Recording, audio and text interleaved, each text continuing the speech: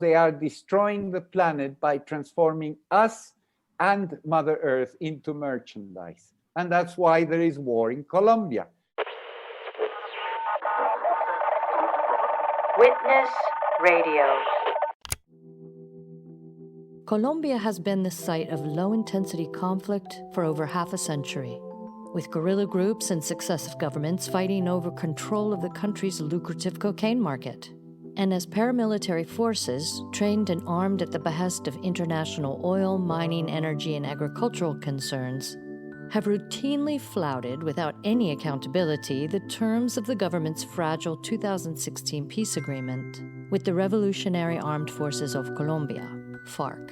Indeed, violence and repression have been a national plague in Colombia, dating as far back as the tale told by Gabriel Garcia Marquez in his famous epic, Autumn of the Patriarch.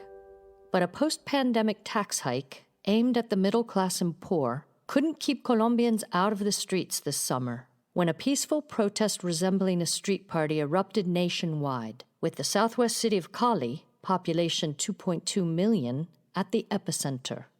Home to the largest Afro-descendant population in Colombia and the second largest in Latin America, Cali has also seen in the past decade an influx of internally displaced people, largely of indigenous origins, who've been driven off their land.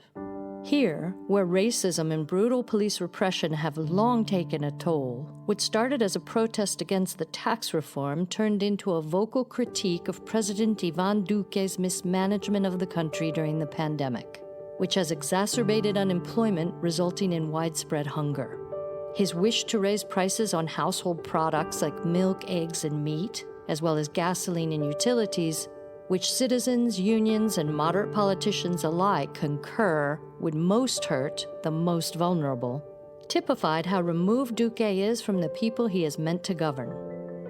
The few news reports that managed to trickle up to us in the north suggested the protesters were violent vandals that deserved retribution and painted Duque as the victim. But social media messages provide a very different picture altogether, showing us proof of brutality by armed security forces, particularly the Colombian Mobile Anti-Riot Squad, ESMAD, that left many dead, mostly youth of Afro-Colombian descent. The United Nations, European Union, Human Rights Watch, Amnesty International all have decried the excessive use of force by police on unarmed civilians demanding their basic human right to survival. In this episode of Witness Radio, executive producer Camilo Perez-Bustillo talks with Manuel Rozental, Colombian physician and activist with more than 40 years of involvement in grassroots political organizing with youth, indigenous communities, and urban as well as rural social movements, to discuss the protests and their link to climate justice and the defense of Mother Earth. It's a pleasure to welcome you to climate justice, environmental justice, and the defense of Mother Earth, represented extraordinarily by Manuel Rozental from Colombia as a case study of the struggle for global justice and impact on forced displacement and forced migration. With Manuel's help, we can learn from the grassroots movements on the ground, on the front line, primera línea, from Colombia's movements in communities of African descent, Afro-Colombian communities, and in Colombia's indigenous communities. Manuel has dedicated his life to work accompanying those communities in their struggle for justice through the organization that he founded, Pueblos en Camino, people on the road, on the path. Colombia has long been on the list of the 5 countries in the world with the largest number of people forcibly displaced, related both to the armed conflict and to all of the internal forms of structural injustice.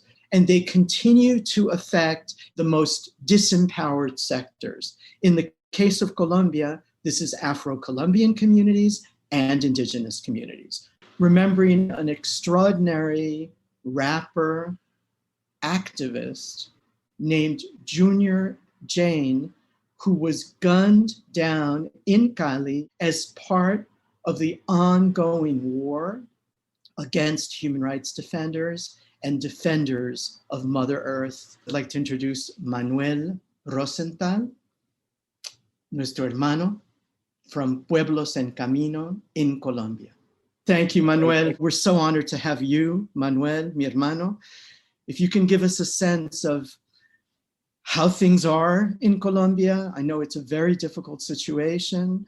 Thank you, Camilo. It's very hard to listen to this song. The song is about a massacre, as you were saying, in Llano Grande. It's a neighborhood of Cali that is surrounded by sugarcane plantations. It's a monoculture of sugarcane, occupies the most fertile land in the planet. It is the Cauca Valley, is the most fertile land in the world, and it is completely covered by the green desert of sugarcane plantations.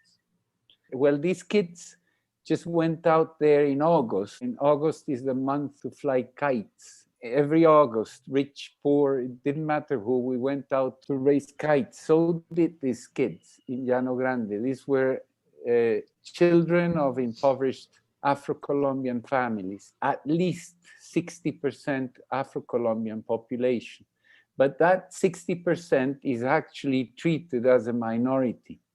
So these kids went to fly kites and they were butchered to pieces. Eventually, a witness spoke in the midst of fear and said clearly that the police was involved, that there were policemen with machetes covered with blood after these kids were killed. So it was one of many massacres that happened in Colombia under this government. It's at least 7.5 million internally displaced in Colombia now. I want us to look at how issues of forced migration connect to issues of forced displacement. Forced displacement is what goes on within a country's borders. Forced migration is crossing borders. And often it's the same causes, the same people involved. So it begins first with a process of internal displacement that becomes a process of forced migration. Héctor Mondragon, a Colombian economist and writer, a good friend and activist in exile, he actually made a statement that is a summary of this whole situation. He said, there is no displacement in Colombia because of a war. There is a war so that there can be displacement. So the history of Colombia is a history of permanent terror against the population to create land. That's how Laureano Gómez, a former president of Colombia, who was a lover of fascism and an admirer of the Nazis openly, he promised in 1940, as a president of Colombia, he says, I will make this republic unlivable. So that gives you a sense. Mandela said, when a country has to resort to violence to maintain its power, it's deemed to destruction and to failure. Colombia has always resorted to violence. That's its essential resource. So that's where I'd like to begin to express this situation. Everything in Colombia is violence. The elites are violence, and the structure of this society is a violent structure from above. But it is always blamed on the poor, on the impoverished, and on the victims of violence. So it's this double-armed sword against us. On the one hand, they use violence against the people constantly to impoverish people, to displace people, to murder people. And then whenever people react in any way, people are blamed as being the violent ones, and then it justifies violence. So what happened recently was on the 28th of April, a massive strike began. And the pretext for the strike was a tax reform. Actually, after the year of the pandemic, the proportion of Colombians who are in absolute poverty rose to an unbelievable level. It rose by almost 30% in 1 year of the pandemic. And it was already a terrible situation. I don't want to go into statistics, but I do want to provide you with one idea. The number of single mothers are growing in Colombia. 60 to 70% of them can only provide one meal a day to their families. So this is the context. Now, in November of 2019, the Colombian government did another tax reform. And this tax reform exempted transnational corporations, particularly US corporations, extractivist corporations, oil, mining, etc., and the wealthiest Colombians. So it led to a situation, it was predictable that the foreign debt would grow, so that the pressure came from international financial institutions to carry out a tax reform in order to cover its obligations. Those who develop this debt and who benefit from this debt, under these circumstances of terrible impoverishment within a year of the pandemic worsening from before, then tax those suffering from these conditions and to make us pay for everything, gasoline, funerals, 20% taxes on everything. And that was the pretext for an explosion. And I'll give you an idea of magnitude. Colombia has about 45 million in terms of total population. For the 28th of April, the day of the uprising, 15 million people were out in the streets, and 800 of the 1,120 municipalities were out. The government of Colombia began immediately massive repression and a manipulation of information and media to portray themselves as victims of this uprising. You can't take a bus, there's blockades that don't allow food and gasoline to reach, etc. This was all a manipulation. Colombia's corporate media, the mainstream media, is not a manipulator of information. No, it is an accomplice to genocide. The front lines showed the wealthiest, the ones that impoverished the country, the corporations that were exempted from taxes, and the government as the victims. And then if there was one policeman wounded or killed for 100 people that were murdered, that one policeman was the one shown in the news.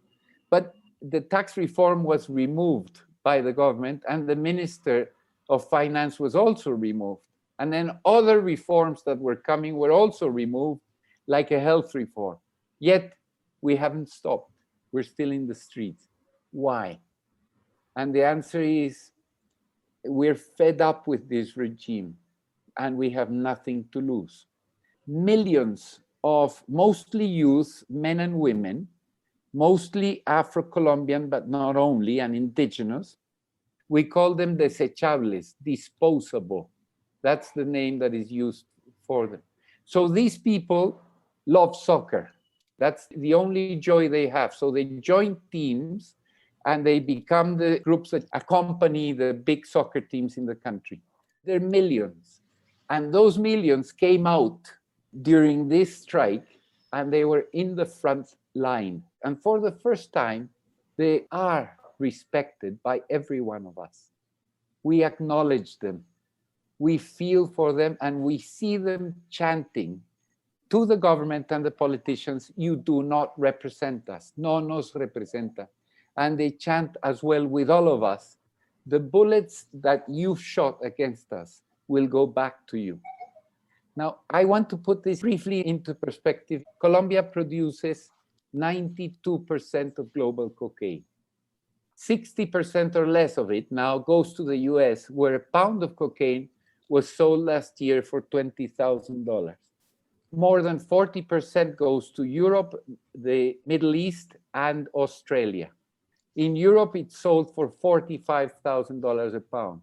In the Middle East, it's sold for $90,000 a pound, and in Australia for $200,000 a pound.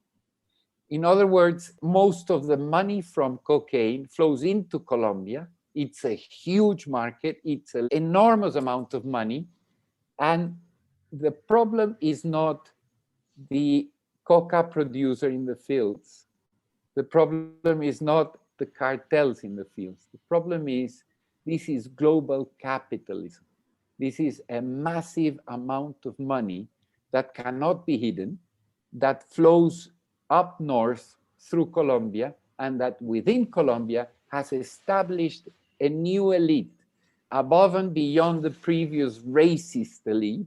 Now we have a new elite that has articulated itself with transnational extractive corporations and financial institutions. Colombia's strongman is Álvaro Uribe Vélez, and the US has known he's a drug trafficker. He created paramilitary forces. He's involved in all kinds of corruption and massacres. He is the power behind the government and has been for the last 2 decades at least. As soon as the uprising started, Uribe saw the opportunity to kill most of the people, and it was free game for the police and the army to just go out and shoot.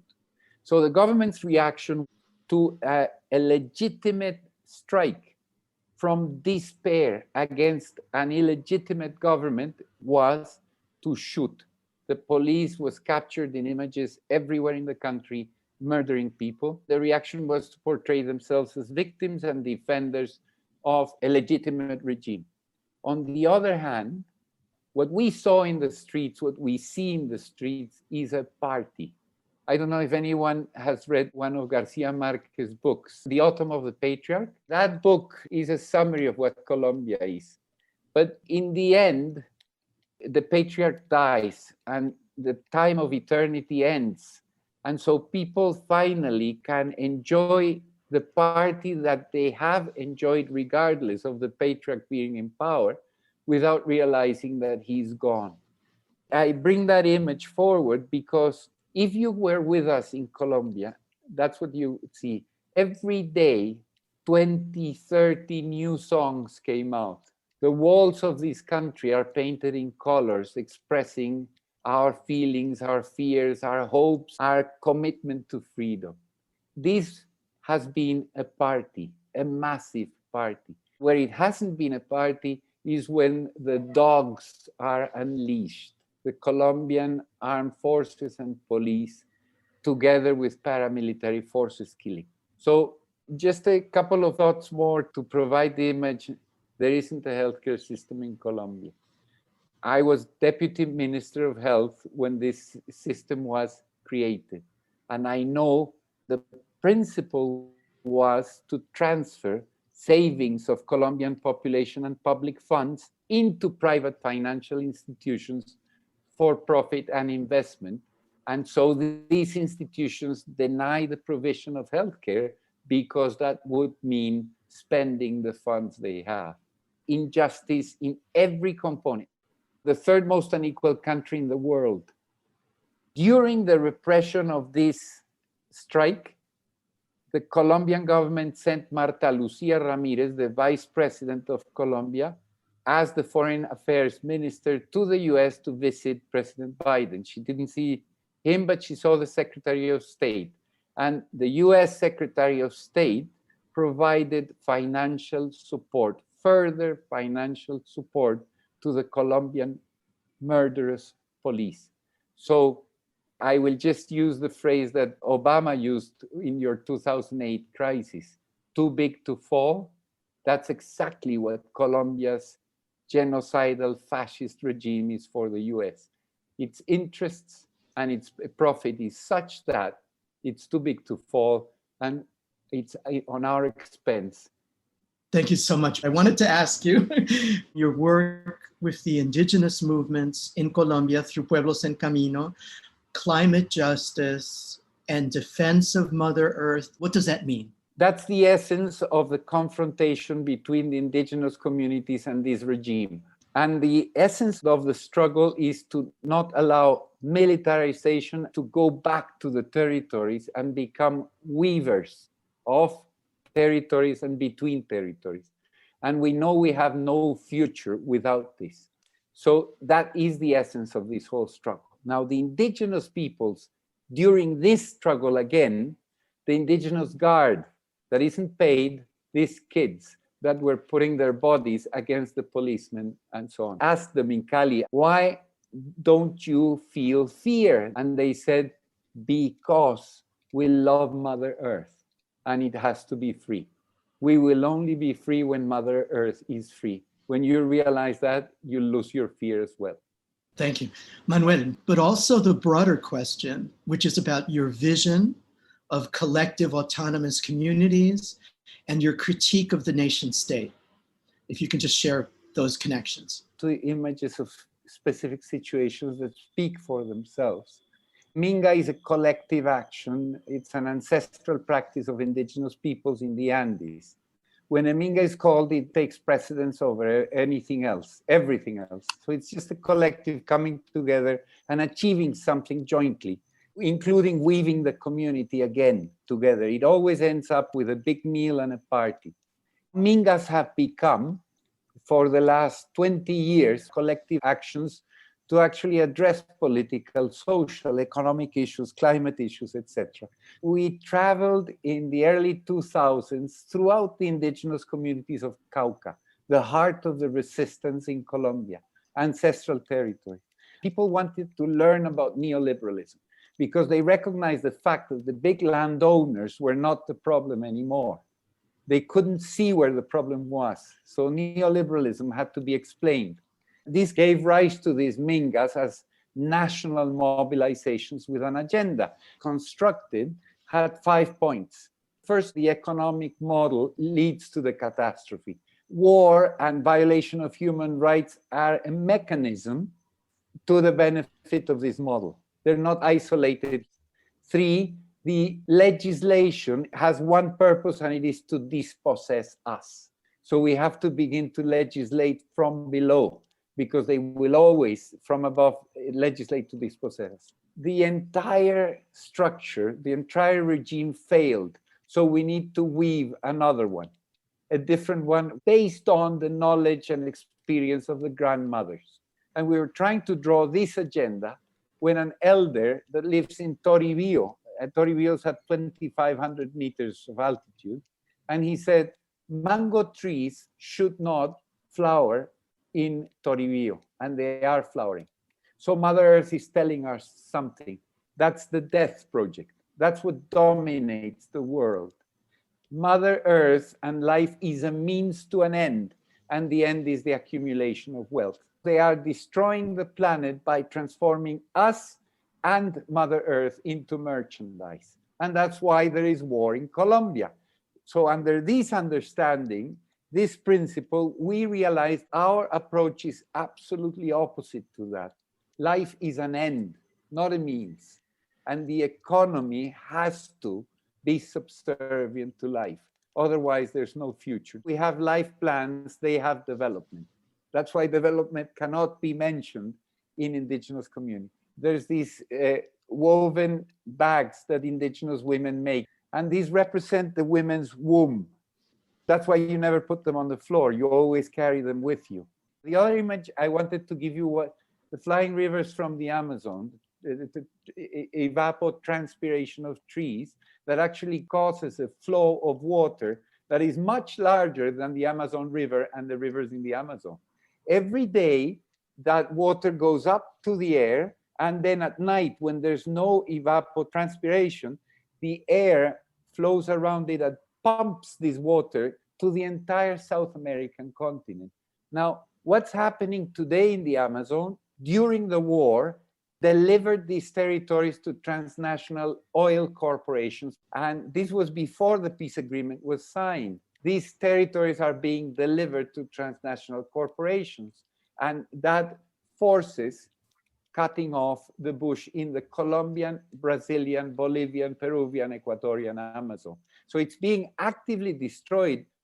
I don't know if we could talk about the gender dimension. We actually have a good discussion on gender here that we're beginning to understand and recognize more and more is patriarchy. Patriarchy is at least 5,000 years old. It's our mentality. We have it, we live it, it's in us. It's the need to dominate. First and foremost, Mother Earth. Mother Earth and all the women have been subdued to this patriarchal mentality for 5,000 years. 530 years ago, capitalism, which is a son of patriarchy and its expression. And then finally, 200 years ago, nation states.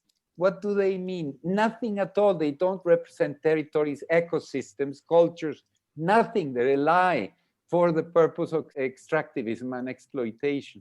So actually, autonomies and weaving autonomies, territorial autonomies, is returning to Mother Earth. We will kill this planet, that death project, economic end and life as a means, will kill this planet, is killing this planet today. And the only realistic approach is for us to weave ourselves to territories, urban, rural, and that means autonomies. So autonomy is not an option. It's a necessity, an obligation now. If we want to feed ourselves, we have to feed the land. The agribusiness kills the land and doesn't feed us. So in every regard, autonomies are the only way, clearly. If we continue under nation states, we have no future. And we should begin to stop lying to our children when we're killing this planet. It's either autonomy or it's death. And that's what there is, I think. Thank you so much. Manuel, if you want to say anything, just last word to close. Children of Mother Earth, that is the only power there is. We have to acknowledge and recognize this. So I think the connection is right there. Like these borders and these migrations and these disaster. I mean, if you pollute the world, the air here, it's everywhere. And so this is what they're forcing us to recognize, the fact that we are children of Mother Earth and that she has to be free so that we can be free. And the liberation of Mother Earth is our liberation and our only future. We have all been detached from the earth. How many citizens of the US have an attachment to land? In fact, the nation states are a mechanism through which we are dispossessed of our relationship to Mother Earth. In saying this, what I'm saying is thank you, because we know we're thinking about this together to get rid of the establishment that is destroying the entire planet, because right now what we'll face is a massive massacre. Thank you all. Perfect, Manuel. Thank you so much. Thanks and gratitude to Manuel Rozental and Camilo Perez-Bustillo for sharing this case study of Colombia today, where the perfect storm of factors including repression, lack of opportunity, corruption, and forced displacement have pushed people into the streets, despite rampant police brutality and a culture of fear, simply because they have nothing to lose. We join them in solidarity in their fight for broad social, economic, and political reforms.